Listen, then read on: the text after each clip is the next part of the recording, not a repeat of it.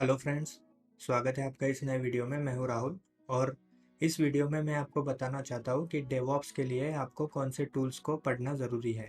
सबसे पहले जो बेसिक रिक्वायरमेंट है वो मैं आपको बताता हूं कि आपको डीएनएस, डीएचसीपी, नेटवर्किंग और नेटवर्किंग के जो डिवाइसेस है जैसे स्विचेस है, फायरवॉल्स है, राउटर्स है, इनका बेसिक अंडरस्टैंडिंग होना चाहिए। फॉर एग्जांपल डीएनएस है तो डीएनएस का आपको एक एंड टू एंड इंफॉर्मेशन होना चाहिए कि डीएनएस किस तरह से काम करता है, उसे कब यूज़ करते हैं, उसके बेसिक पोर्ट्स क्या-क्या हैं और उसमें नेटवर्किंग में और पोर्ट्स रिलेटेड क्या-क्या प्रोटोकॉल्स हम यूज़ करते हैं, जैसे टीसीपी है, यूडीपी है, ये चीज़ें आपको पता होनी चाहिए। इसके बाद जो मेन टॉपिक आता है वो है आपको ऑपरेटिंग सिस्टम भी पता होनी चाहिए। ऑपरेटिंग सिस्टम में 2 टाइप्स है, एक है लिनक्स, एक है विंडोज़। आपको जो भी पसंद आता है वो आप शुरू कर सकते हो, लेकिन आपको करने दोनों हैं, क्योंकि इंडस्ट्री में अभी ऐसी रिक्वायरमेंट आ गई है कि आपको दोनों ऑपरेटिंग सिस्टम अच्छे से आने चाहिए। इसके बाद आपको इन ऑपरेटिंग सिस्टम के अंदर जो स्क्रिप्टिंग होती है, जो ऑटोमेशन होता है, वो भी आना चाहिए।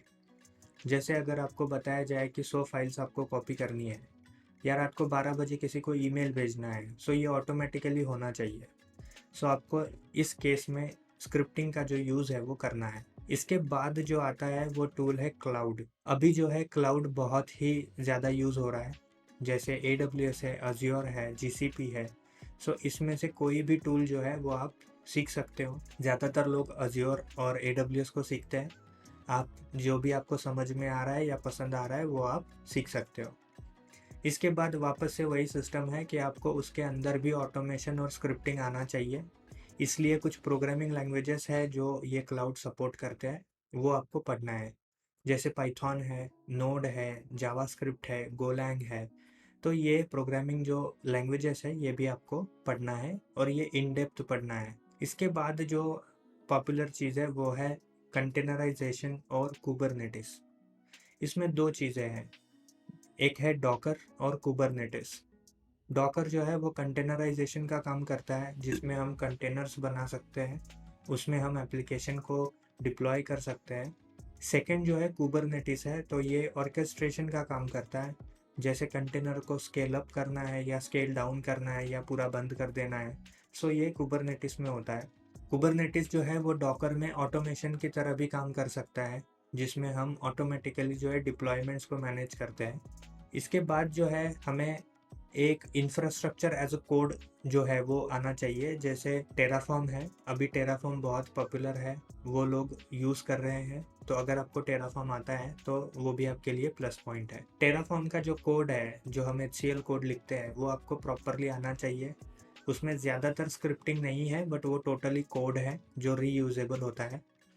इसके बाद हम जो ये कोड बनाएंगे, इसको स्टोर करने के लिए वर्जन कंट्रोल टूल भी आपको आना चाहिए, जिसमें गिट है, गिटहब है, गिटलैब है, बिटबकेट है। सो ये सारी चीज़ें आपको पता होनी चाहिए।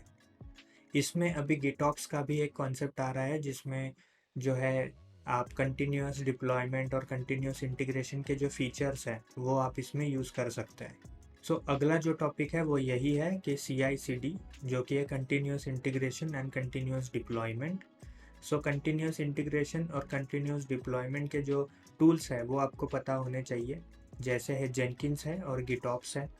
सो इसमें जो भी स्टेजेस हम बनाते हैं, जैसे कि सोर्स स्टेज है, उसके बाद QA QC के जो स्टेजेस है, उसके बाद में डिप्लॉयमेंट और बिल्ड के जो स्टेजेस हैं, ये आपको पता होने चाहिए। इसके टूल्स भी आपको पता होने चाहिए। इसके बाद है कॉन्फ़िगरेशन मैनेजमेंट टूल, जो कि है शेफ, पपेट, एंसिबल।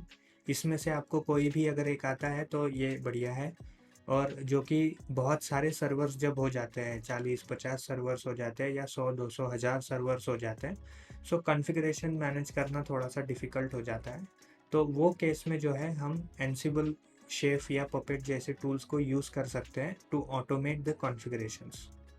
अगर आपको ये वीडियो अच्छा लगा तो आप कमेंट में बताइए। अगर आपको लगता है कि मैंने कोई टूल जो है वो मिस कर दिया है तो वो भी आप मुझे सजेस्ट करिए। सो आने वाली वीडियोज़ में मैं उसको इंक्लूड कर लूँगा। बहुत-बहुत धन्यवाद।